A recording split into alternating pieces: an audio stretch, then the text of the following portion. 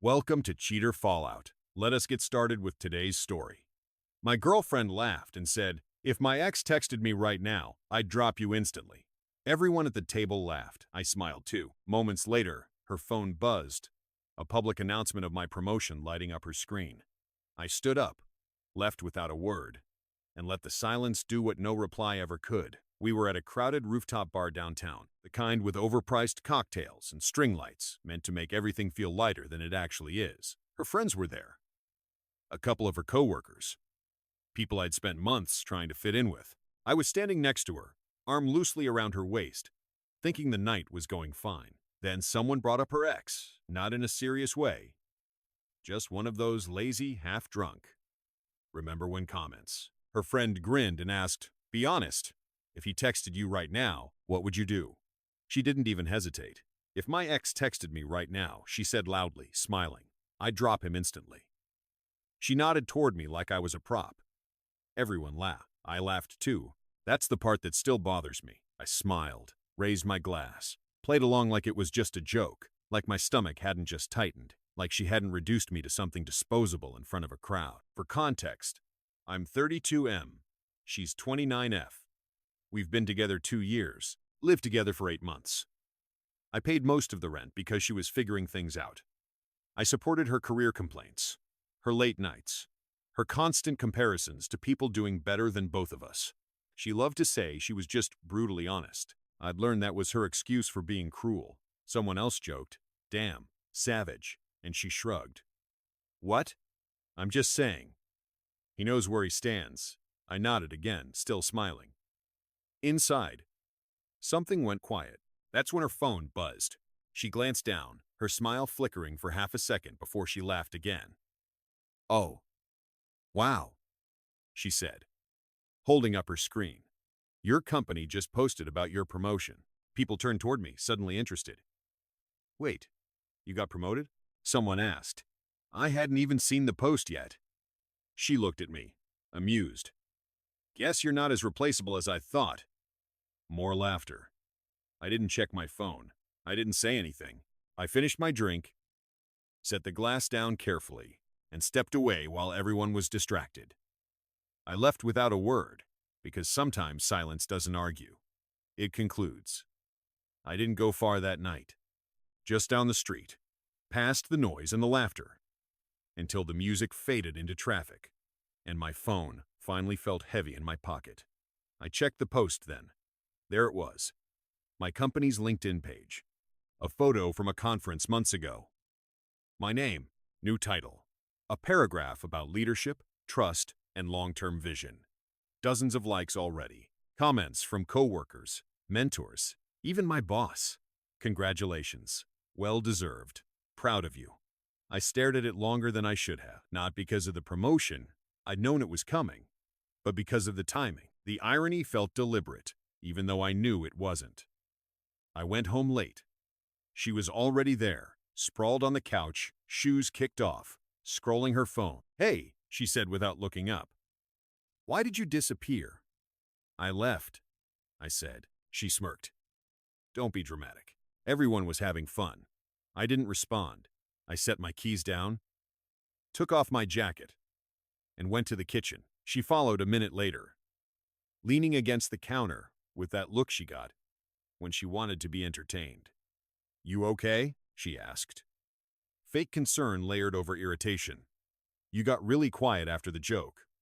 "It wasn't a joke," I said. She laughed. "Oh my God, you're still on that?" "Relax. You know I didn't mean it like that." I looked at her, really looked, the ease with which she dismissed it. The way she expected me to swallow it like I always did. "You said you dropped me instantly?" I replied, in front of everyone. She rolled her eyes. "People exaggerate. Besides, my ex would never text me." "Right," I said. She stepped closer. "And even if he did, it wouldn't mean anything. You're being insecure." There it was. The word she used every time I reacted to disrespect. She grabbed her phone, waved it in the air. "See? Nothing. Happy?" I nodded. Yeah, that seemed to satisfy her. She went back to the couch, already bored of the conversation. That night, Lying in bed next to her, I replayed the laughter. The way no one questioned it, the way I'd smiled to make it easier for everyone else. I realized something then. She hadn't embarrassed me. She'd revealed herself.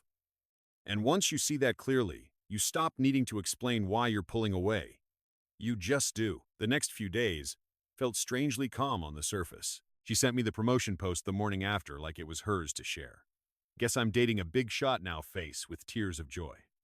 No congratulations, no pride, just ownership. I replied with a thumbs up emoji and went back to work. That's when the comments started changing. You're acting different, she said that night while we ate dinner. Don't let this promotion go to your head. I kept my eyes on my plate.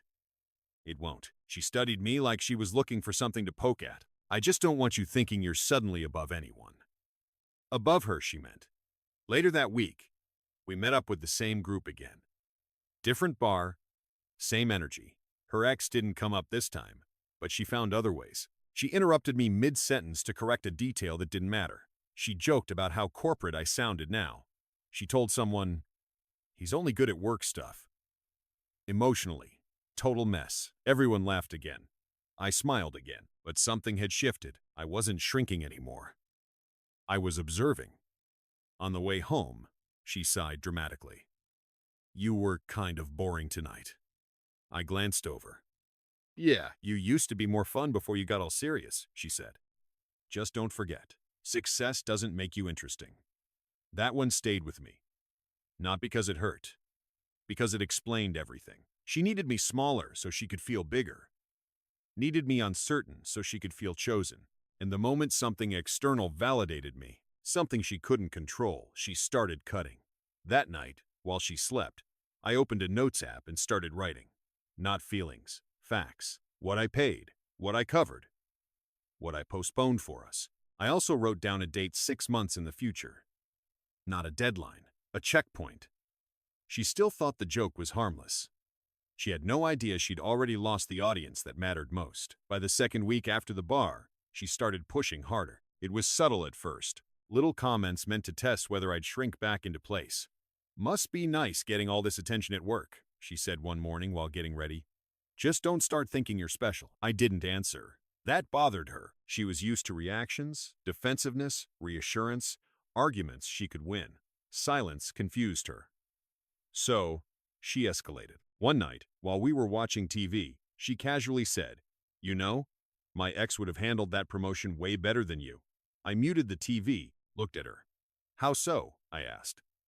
He just had more presence, she said, smirking. More confidence. Not this quiet, brooding thing you're doing lately. There it was again, comparison as correction. I nodded slowly. Sounds like you really admire him. She scoffed. Don't be dramatic. I'm just saying. She always just said things, never owned the impact, never apologized. The cruelty was always framed as honesty, and honesty was always framed as a favor. A few days later, she asked if I could cover a larger share of rent again, because she was between opportunities. I agreed without discussion.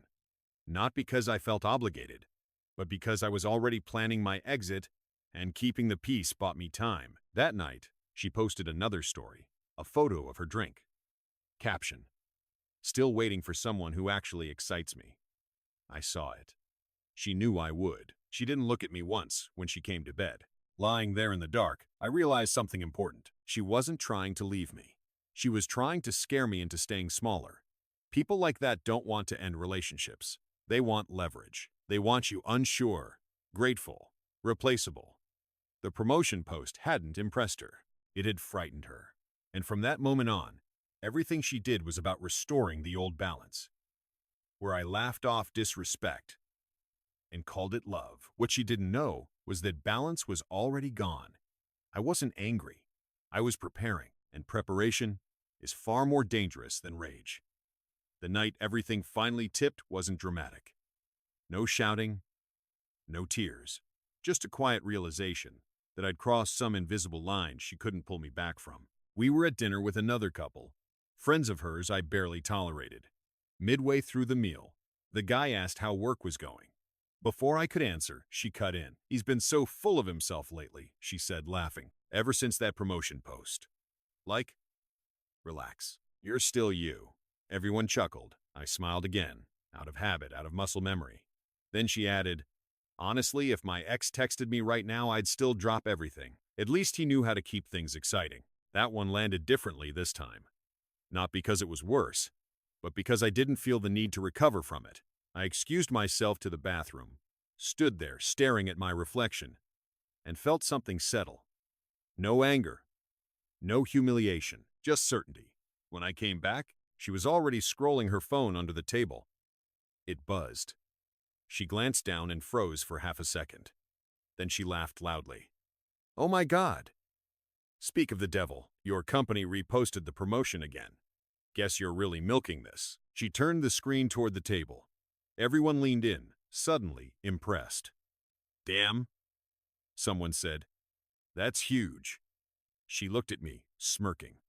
"See, guess I picked someone right after all." That was the moment. I stood up, calmly placed my napkin on the table, and said nothing. She frowned. "Where you going?"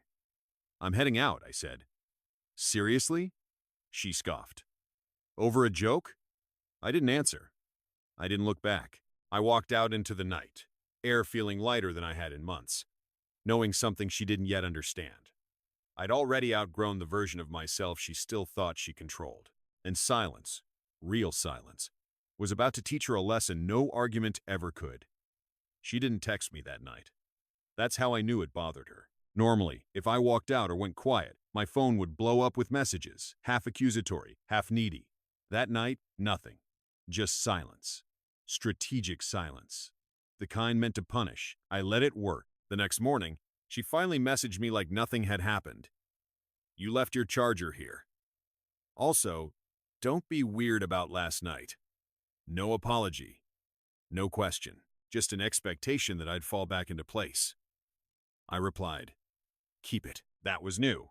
When I got home that evening, she was already annoyed, sitting on the couch, arms crossed, TV on mute. "So, we're doing the passive-aggressive thing now?" she asked. "No," I said, setting my keys down. "We're doing the honest thing." She scoffed. "Oh, please. You walked out to make a point." "I walked out because I was done being the punchline." She laughed, sharp and dismissive. "God, you're so dramatic lately. You really think you're irreplaceable now?" I didn't answer right away. I just looked at her. That unsettled her more than anything. "You know," she continued, leaning forward, "confidence looks bad on you. You should be grateful I put up with your moods." That was it.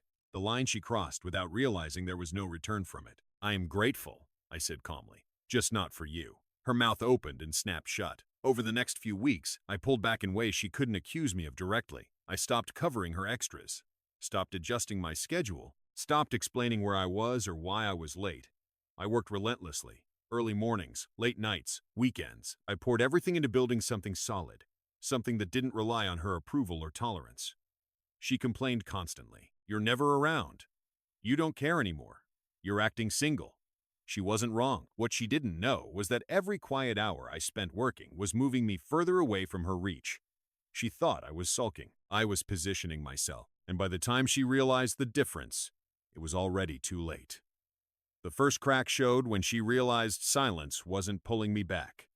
It had been almost 3 weeks since I walked out of that dinner. 3 weeks of me coming home late, leaving early, and answering her questions with fewer and fewer words. I wasn't cold. I was neutral, and that drove her insane. "You don't even fight anymore," she snapped one night while I was putting on my jacket. "Do you even care if I leave?" I paused, genuinely thinking about it. "I care," I said. "I just don't panic." That wasn't the answer she wanted. She started trying a different angle after that. Suddenly, she was affectionate. Compliments she'd never given before. Touches that felt rehearsed. "You've been doing really well lately," she said one evening, tracing her finger along my arm. "I knew you had it in you." I smiled politely. "Funny," I replied. "I don't remember you saying that before." Her face tightened for half a second before she recovered. "I was just trying to push you." Push. Right. A few days later, she tested me again. "You know," she said casually while scrolling her phone, "my ex liked one of my old photos today." I didn't react. She waited, looked up. "Aren't you going to ask about it?" "No," I said. Why would I? That scared her. For the first time, I saw uncertainty replace arrogance because indifference can't be negotiated with. You can't guilt it. You can't provoke it. You can't shame it. That night, while she slept, I packed a small bag and left it in my truck. Not to leave yet, just to be ready. The next morning, my company announced another internal post, new project lead, bigger scope, bigger visibility. My phone buzzed nonstop. Hers didn't. She saw it anyway. She always did. When I got home, she was sitting at the table, unusually quiet. So, she said finally, "Guess things are really happening for you." "Yeah," I replied. "They are." She nodded slowly, then said the one thing she didn't realize was already too late. "Just don't forget who was there before all this." I looked at her and thought, I haven't forgotten. That's exactly why I was leaving. I didn't leave that night, not because I hesitated, but because timing matters when you're dealing with someone who needs control.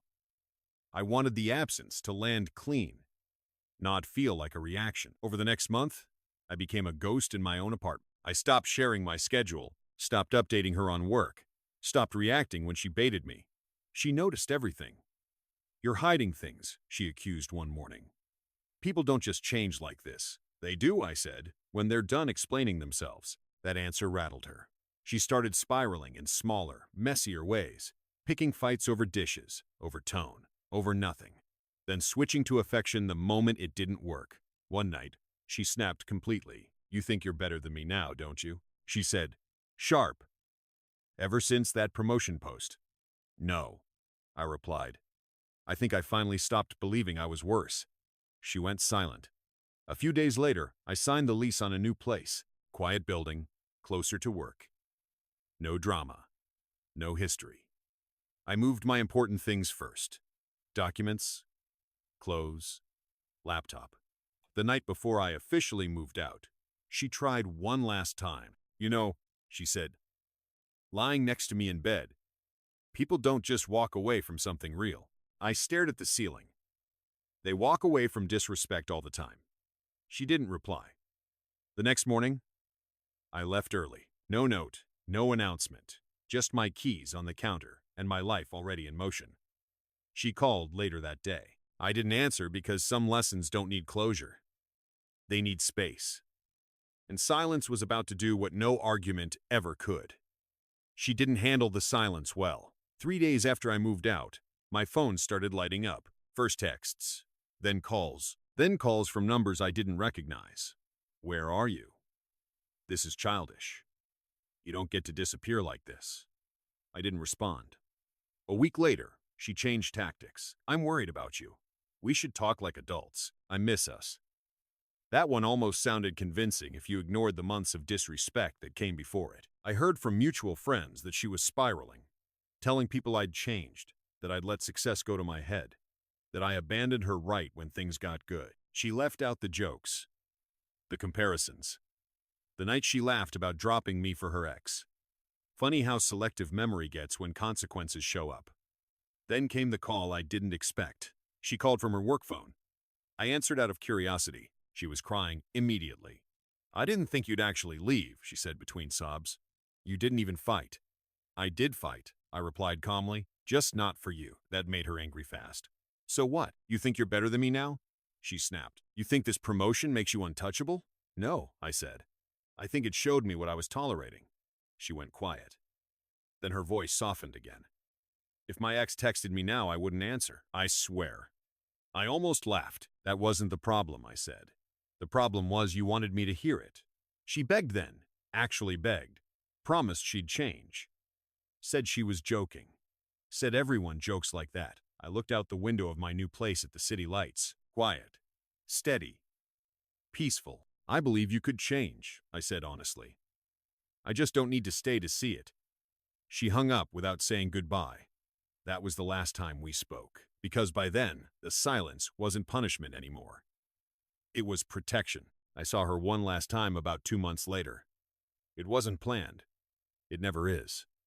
I was at a small industry mixer. Nothing flashy. Just drinks, quiet conversations, people talking shop. I was there with someone new. Not as a statement, Not to prove anything, just because life had kept moving and I'd let it.